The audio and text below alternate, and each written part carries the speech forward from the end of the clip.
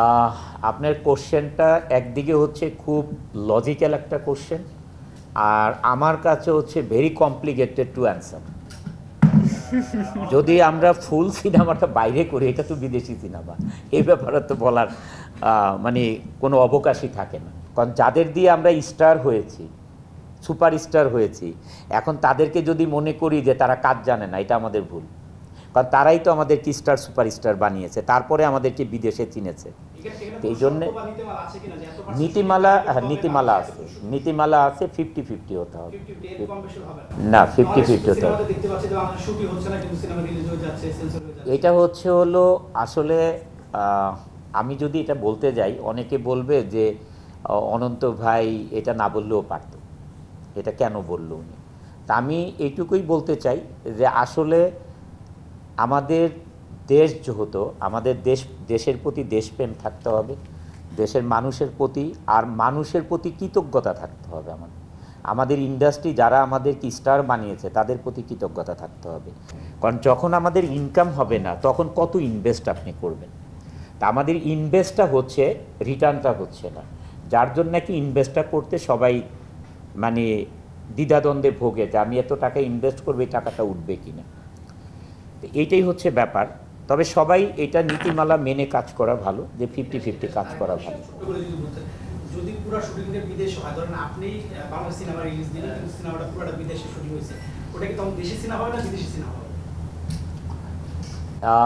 আপনার কোশ্চেনটা একদিকে হচ্ছে খুব লজিক্যাল একটা কোশ্চেন, আর আমার কাছে হচ্ছে ভেরি কমপ্লিকেটেড টু অ্যান্সার।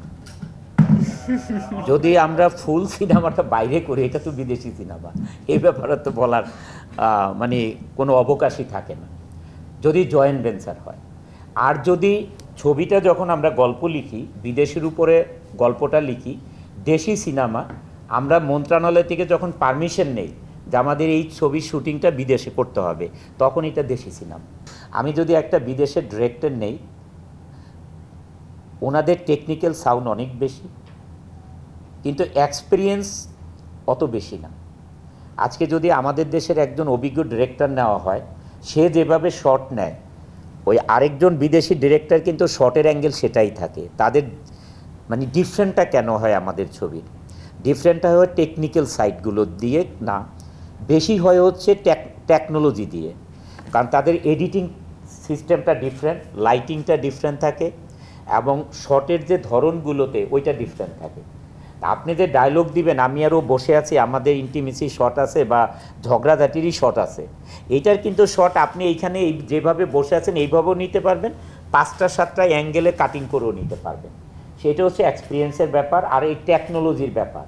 যেমন আমরা যখন দিন দ্য ডে শুটিং করি তুর্কিতে, মানে স্কেটিং করে না, ক্যামেরাম্যান স্কেটিংয়ের উপরে, আমরা দৌড়াচ্ছি, গুলি করতেছি, সেই স্কেটিংয়ের উপরে যাচ্ছে। এখন চিন্তা করেন তার তার কতখানি সে মানে টেকনোলজি মেনটেন করতেছে।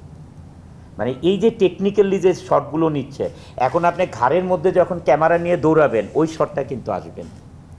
তারা টেকনিক্যালি সাউন্ড স্ক্যাটিং করতেছে, মানে ক্যামেরা স্ক্যাটিং করে যাচ্ছে।